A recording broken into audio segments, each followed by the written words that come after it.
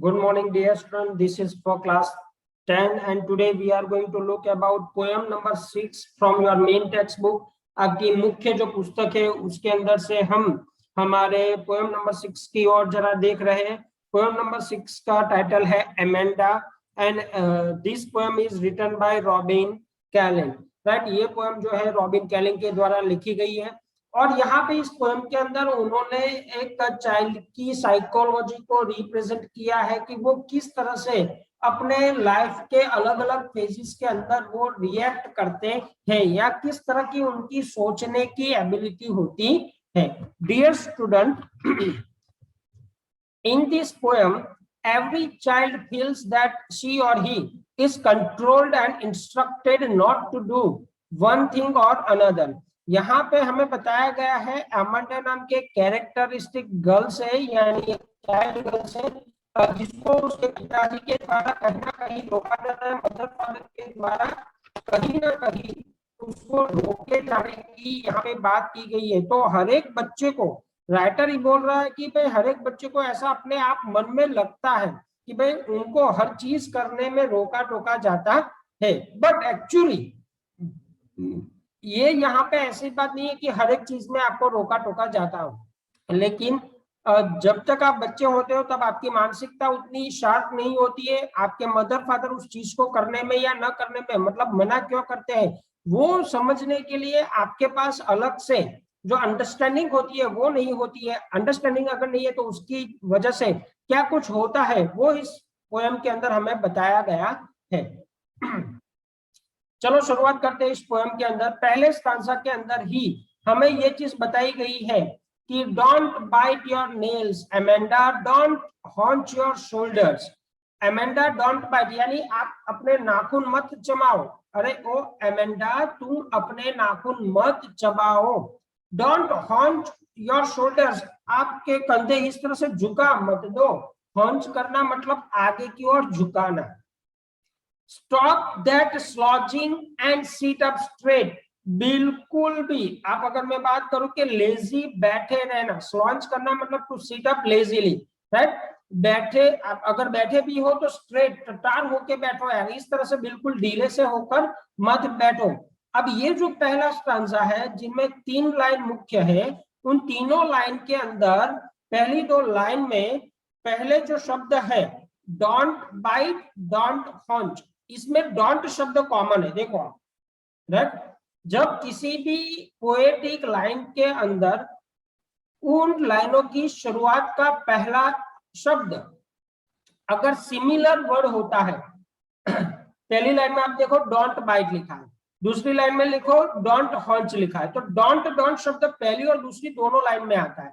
तो जब ऐसी कभी कोई पोएटिक लाइन रिप्रेजेंट की जाए तो आप इन पोएटिक लाइंस को रिपीटेशन नाम की फिगर ऑफ स्पीच यूज की गई है ऐसा आप बोल सकते हो। Is that clear? Apart from this, इसी लाइन के अंदर जो एमेंडा एमेंडा यानी आखिरी वाला शब्द वो भी कॉमनली यूज हुआ है, तो ये भी रिपीटेशन ही कहलाएगा। ठीक है, जब पोएम के पहली लाइन में या किसी भी लाइन के भीतर, समझना, पहली और दूसरी लाइन में या फिर एक ही लाइन हो और उसके भीतर एक ही जैसे 2 शब्द का इस्तेमाल किया जाए तो वो रिपीटेशन कहलाता है। Is that clear? चलो दूसरा स्टांजा हमें क्या बताता है? There is a liquid emerald sea where the sole inhabitant is me, a mermaid drifting blissfully. यहाँ पे डियर स्टूडेंट जो एमेंडा है अपने ही मन के अंदर, अपने ही ख्याली पुलावों के अंदर वो थिंक करती है, सोचती है कि भाई अगर मैं मैरमेड होती तो मैं अपने मन की मालिक होती, मैं धीरे धीरे एक जगह से दूसरी जगह मूव करती, ग्रीन सी के अंदर लहराती, तैरती, आगे बढ़ती। डियर स्टूडेंट, पहले स्टांजा में जब एमेंडा को उसके पेरेंट्स के द्वारा जब नाखून चबाने की मना किया जाता है, अपने कंधों को झुकाकर बैठने को मना किया जाता है, फिर जब वो लेजीली बैठी रहती है और कुछ काम नहीं करती है तो उसको ठीक से टटार बैठने के लिए बोला जाता है, तब एमेंडा को मन के अंदर लगता है कि यार मुझे ये क्या, हर एक बात में मुझे डांटा जा रहा है, हर एक बात में मुझे बोला जा रहा है, स्कोल्ड किया जा रहा है। तो वो अपने दिमाग के अंदर, अब पेरेंट्स के सामने तो बोल नहीं सकते ना, तो वो अपने दिमाग के अंदर एक इमेजिनरी वर्ल्ड क्रिएट करती है। इमेजिनरी वर्ल्ड के अंदर वो सोचती है कि अगर वो मैरमेड होती तो वो उस हरे भरे सी के अंदर आसानी से, एमरल्ड सी यानी हरा भरा सी आप कह सकते हो, राइट, तो उसके अंदर वो एक जगह से दूसरी जगह धीरे धीरे घूमती और अपना समय बिताती। In the third stanza, did you finish your homework Amanda? अब एमेंडा को कुछ क्वेश्चन पूछे जाते हैं उसके पेरेंट्स के द्वारा कि भाई did you finish your homework Amanda, क्या आपने आपके होमवर्क को कंप्लीट किया? Did you tidy your room, क्या आपने आपकी रूम को स्वच्छ, टाइड यानी स्वच्छ, साफ सुथरा रखा है या किया है? I thought I told you to clean your shoes, मुझे लगता है, यानी ये एमेंडा के पेरेंट्स बोल रहे हैं कि मुझे लगता है कि मैंने आपको बोला था आप अपने शूज को साफ करोगे, क्या आपने आपके शूज को साफ किया?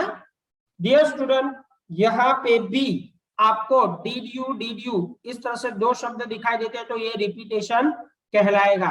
फिर तीसरी लाइन जो है आई थॉट आई टोल्ड, तो आई थॉट आई टोल्ड के अंदर भी रिपीटेशन आता है, राइट। डियर स्टूडेंट, इसके अलावा भी अगर आप इसी जो इमेजिनरी लाइन थी ना उसके अंदर आप रिपीटेशन के अलावा दूसरा एक एलिट्रेशन शब्द का इस्तेमाल कर सकते हो, क्योंकि जो आई शब्द है, आई थॉट आई टोल्ड, तो AEIOU में से आने वाला शब्द है। तो जब आई अगर रिपीट होता है तो आप उसको एलिट्रेशन कहोगे, क्योंकि ये कॉन्सोनेंट साउंड है। AEIOU, that is consonant sound. Okay, you can understand this one. अब इसके बाद जो एमेंडा है फिर से अपने आप में सोचने लगती है। फिर से क्या सोचती है वो सोचती है कि I am N orphan roaming the street, मैं शायद कोई एक ऑर्फन, अब देखो एमेंडा के माता पिता सब कुछ है, फैमिली है, सगे संबंधी है, लेकिन फिर भी वो अपने आप को ऑर्फन मानती है। ऑर्फन यानी जब वो अपने ही घर में उसको उसके पेरेंट्स के द्वारा इतने सारे क्वेश्चन पूछे जाते हैं, रोक टोक की जाती है, तो वे अपने आप को एक ऑर्फन लड़की मानना शुरू कर देती है जो कि स्ट्रीट के अंदर इधर उधर घूमती है। I pattern soft dust with my hushed barefoot, मैंने मेरे पांव से डस्ट के अंदर खुले पांव से अपनी प्रिंट पैटर्न वहां पे लगाई है। द साइलेंस इज गोल्डन, यहाँ पे चुप रहना ही स्वर्ण समान है।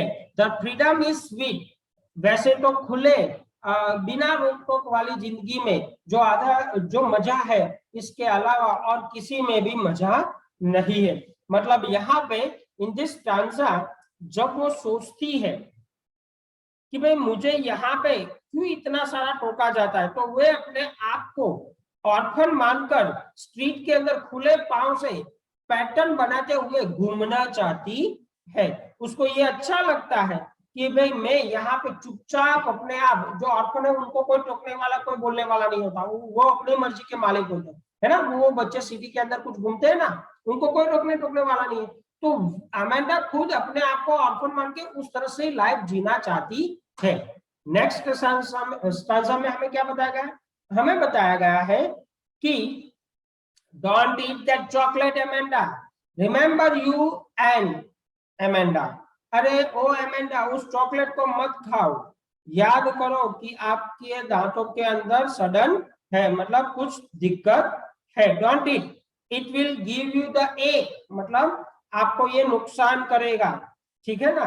सिंस, अब ये आगे क्या बोल रहे हैं, will you please look at me when I am speaking to you. अब अमेंडा के पेरेंट्स उसको बोल रहे हैं कि यार इधर उधर देखना बंद करो, जब मैं आपसे बात करता हूं तो आपको मेरी ओर ही देखना चाहिए।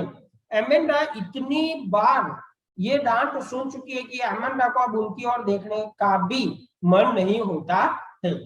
फिर से अमेंडा अपने आप में एक अलग ही दुनिया में चली जाती है और सोचती है कि I am a Rapunzel, right. यहाँ पे डियर स्टूडेंट, रेपुंजल यानी एक ऐसा आवारापन, मतलब एक खुले दिमाग का होना, उसको हम रेपुंजल के तौर पर पहचान सकते हैं, राइट।